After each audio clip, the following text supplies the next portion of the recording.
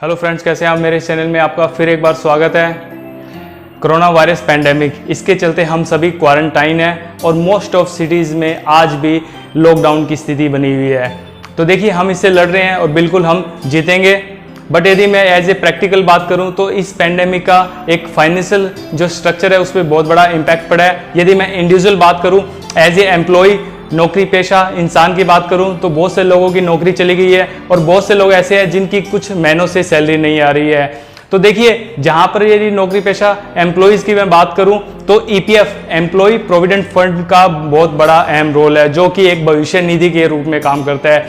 तो इसी के चलते, इस पैंडेमिक आउटब्रेक के चलते हमारे जो फाइनेंस मिनिस्टर हैं निर्मला सीतारमण जी ने कुछ डिसीजन लिए हैं, कुछ चेंजेस अनाउंस किए हैं, जो कि एक ईपीएफ में कंट्रीब्यूशन को लेके हैं और साथ में कुछ विड्रॉल्स लिमिट डिसाइड की गई है। क्लेम सेटलमेंट को जल्दी प्रोसेस करने के लिए कुछ एलिजिबिलिटी क्राइटेरिया डिसाइड किए गए हैं। क्या वो प्रोसेस है उसको सिस्टम्स के अकॉर्डिंग समझेंगे, ऑनलाइन तरीके से कैसे अप्लाई करना है और आप घर बैठे अपने केवाईसी के साथ इसको अप्लाई कर सकते हैं। तो चलिए, बने रहिए मेरे साथ, समझते हैं इसको।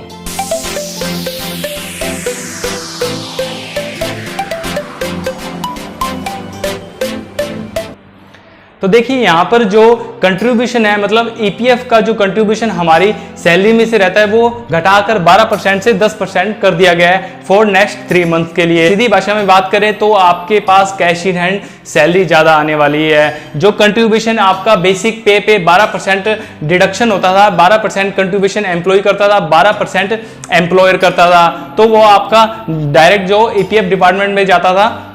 अभी वो 12% से ना रहकर अगले 3 महीनों के लिए, अभी जो नेक्स्ट 3 मंथ साइकिल्स सैलरी का है उसमें वो 10% डिडक्ट होगा कंट्रीब्यूशन जो है। तो इसको थोड़ा प्रैक्टिकली समझ लेते हैं। देखिए, थोड़ा इसे एग्जांपल के साथ समझ लेते हैं कि जैसे कि जो आपका पीएफ का जो कंट्रीब्यूशन होता था वो आपका बेसिक पे प्लस डीएनएस अलाउंस, इसका 12% ये कंट्रीब्यूशन आपके ईपीएफ डिपार्टमेंट को जाता था और इतना ही कंट्रीब्यूशन अंशदान जो एम्प्लॉय की तरफ से होता था। बट अभी ये जो परसेंटेज है इसको घटाकर 10% कर दिया गया है। तो इसका सीधा मतलब ये है कि आपका जो कैश इन हैंड है, मतलब जो आपके हाथ में नकदी आने वाली है सैलरी, वो आपको ज़्यादा आएगी। देखिए कैसे, जैसे मैं सपोज मैं एग्जाम्पल ले लेता हूँ कि 10,000 रुपये आपका बेसिक पे और डीएनएस अलाउंस मिला के 10,000 रुपये आपका बेसिक पे है। तो इसका जो 12% पहले कटता था ये 1,200 रुपये हुआ। अभी जो कंट्रीब्यूशन रहेगा आपका वो 10% होगा, तो ये घटाकर 10% हो गया, तो ये 1,000 रुपये डिडक्शन हुआ। तो आपकी जो ग्रॉस आपकी जो पे है उसमें से आपका डिडक्शन 1,000 रुपये रहा कंट्रीब्यूशन, और आपकी जो टैक्सेबल इनकम है वो आपकी ज्यादा बन गई। तो यहाँ पर दूसरा पहलू ये है कि एक तरफ तो आपको यहाँ पर सैलरी, आपको कैश इन हैंड ज्यादा आने वाली है। दूसरा आपका पहलू ये है कि आपका जो टैक्सेबल इनकम है वो माइनर सी थोड़ी ज्यादा रहने वाली है। तो चलिए अब इसके दूसरे विड्रॉल्स लिमिट को समझ लेते हैं कि कैसे उसमें क्या चेंजेस किए गए हैं।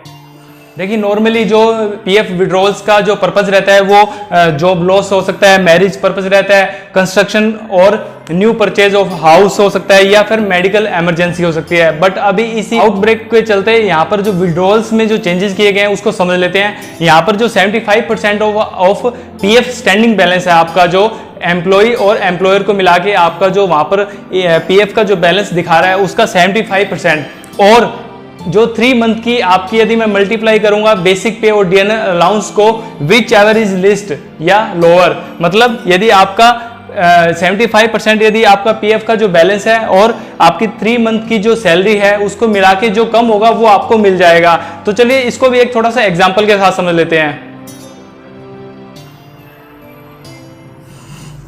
सपोज करिए कि मेरा जो पीएफ का बैलेंस है वो स्टैंडिंग 2 लाख रुपए दिखा रहा है, ठीक है ना। और यदि मैं यहाँ पर बेसिक पे की मैं बात करूं प्लस जो डीएनएस अलाउंस है वो मेरा यहाँ पर 25,000 रुपये मेरी सैलरी बनती है। तो देखिए, यहाँ पर 2 लाख जो आपका पीएफ बैलेंस है, तो यहाँ 75% कितना हुआ इसका, 2 लाख का यदि 75% करूंगा तो 1.5 लाख रुपया हो गया।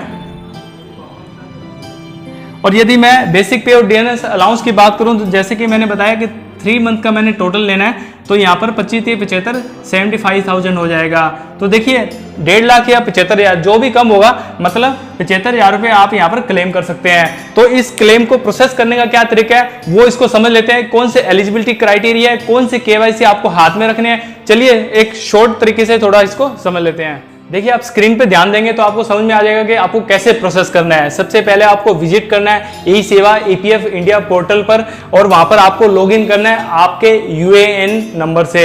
जैसे आप यूएएन नंबर से आप लॉगिन करेंगे तो वहां पर आपको एक स्पेशल एक न्यू ऑप्शन दिखाई देगा, विड्रॉल अंडर कोविड-19 पैंडेमिक। जैसे आप उस पर क्लिक करेंगे आपको ऑनलाइन फॉर्म जो विड्रॉल्स के फॉर्म है, फॉर्म 19, 10C, 10D, 31, ये आपको वहां पर ऑनलाइन यूज करने हैं। और उसके बाद आपको वहां पर आपको अपना नाम, date of birth, bank details, Aadhaar card की ये सारी डिटेल्स डालकर आपको क्लिक टू वेरीफाई करना है। जैसे ही आप इसको वेरीफाई करेंगे आपको वहां पर अपने जो एलिजिबिलिटी के हिसाब से जो रिक्वायर्ड डॉक्यूमेंट हैं जो आपको वहां पर स्कैन किए हुए आपको रखने हैं। स्कैनर के थ्रू आप स्कैन कर सकते हैं, मोबाइल से स्कैन कर सकते हैं या कैम स्कैनर का यूज कर सकते हैं। वो स्कैन डॉक्यूमेंट आपको यहाँ पर सबमिट करने हैं, अपलोड करने हैं। और जैसे आप अपलोड करेंगे वहां पर आपको वो ओटीपी जनरेट कर देगा जो आपका मोबाइल नंबर आपका लिंक होगा आधार कार्ड के साथ और प्लस यूएएन नंबर के साथ, और वो सक्सेसफुली अपडेट हो जाएगा। तो इसका मतलब क्या हुआ कि आपके डॉक्यूमेंट सबमिट हो चुके हैं, आपकी रिक्वेस्ट डल चुकी है और विद इन 72 आवर्स मतलब 3 दिन के अंदर आपका क्लेम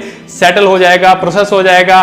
तो देखिए यहाँ पर इतना प्रोसेस जल्दी किया गया है, बट इसको एक और इससे पहले अप्लाई करने से पहले इसको एक जो इसकी कंडीशंस हैं, जो एलिजिबिलिटी क्राइटेरिया है, जो क्या क्या आपको अपने हाथ में रखना है उसको और समझ लेते हैं। कि देखिए आपको विड्रॉल के लिए अप्लाई करते वक्त आपको ये 3 चीजों का ध्यान रखना है। सबसे पहले यूएएन नंबर को समझ लेते हैं। यूएएन यूनिवर्सल अकाउंट नंबर, ये एक स्पेसिफाइड एक पर्टिकुलर पीएफ अकाउंट नंबर को दिया जाता है जिससे कि जो एम्प्लॉय प्रोविडेंट फंड ऑर्गेनाइजेशन है वो इसको मैनेज करते हैं अकाउंट को। तो UAN number must be activated, वो आपका एक्टिवेट होना जरूरी है। यदि वो आपका एक्टिवेट नहीं है तो पहले आप फर्स्ट ऑफ ऑल लॉगिन करके आपको एक्टिवेट करना है उसको। और second verified Aadhaar number should be linked, जो आपका आधार नंबर है वो भी आपका अपडेट होना चाहिए, वो भी आपका वेरीफाइड होना चाहिए। और उसी के बाद आपको जो अपना बैंक अकाउंट नंबर है वो आपका लिंक होना चाहिए आईएफएससी कोड के साथ। आप कैंसिल चेक भी आप प्रोसेस के साथ लगा सकते हैं और वो आपका वहां पर ये आपको तीनों चीजें वहां जरूरत पड़ेगी जिससे कि आपको अप्लाई करने में विड्रॉल के लिए क्लेम सेटलमेंट के लिए आपको बिल्कुल भी देरी नहीं होगी और आपका जो सेटलमेंट है वो जल्दी से जल्दी आएगा। तो चलिए आज के लिए इतना ही, थैंक यू सो मच। फिर भी कुछ आपको लगता है कि मुझे कुछ ऐड करना है, कुछ नई चीजें आपको बतानी है तो प्लीज आप मेरा वीडियो देखते रहिए, मुझे सजेस्ट करिए, कमेंट्स बॉक्स में कमेंट्स कर सकते हैं, लाइक शेयर और सब्सक्राइब करना ना भूले। Thank you so much.